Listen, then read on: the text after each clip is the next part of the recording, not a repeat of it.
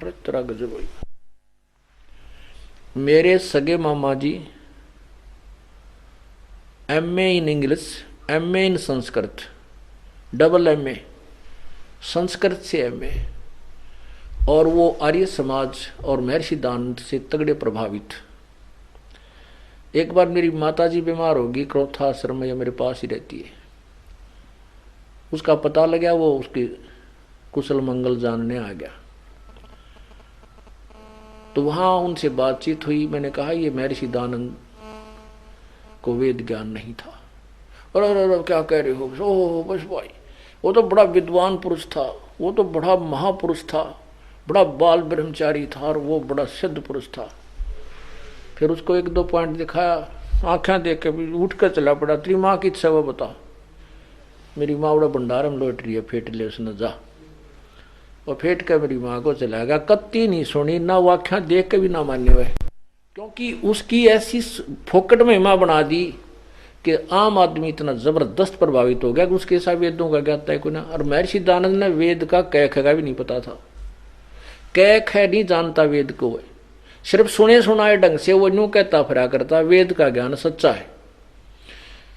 और इसी कारण से अभी तक ये वेद जीवित रहे, क्योंकि उसने ढोल गणा पीट दिया कि वेद ज्ञान सच्चा है, वेद ही पढ़ने चाहिए और नहीं पढ़ने चाहिए।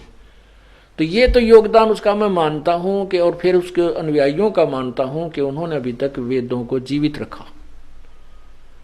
लेकिन उनको स्वयं वेद का कति ज्ञान नहीं, अभी तक ज्ञान नहीं इन लोगों को, जो उनके अनुयायियों को भी ज्ञान कहाँ होगा। जो महर्षि दानंद कोई नहीं है, हेड ऑफ द डिपार्टमेंट कोई नहीं है।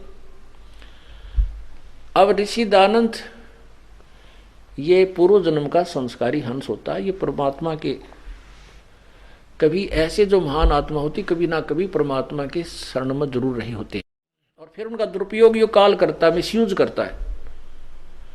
तो ये पहले जैसे ये इसके माता पिता जो शिव जी के उपासक थे,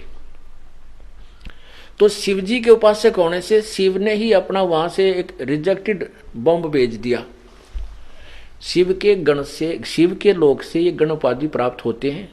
फिर उनकी जब वहां बैटरी डिस्चार्ज हो जाती है, फिर भी उनमें थोड़ी बहुत रह जाती है छोटी मोटी जो पुण्य कमाई, तो उनको वो इष्ट अपने ही भगत के घर भेजता है।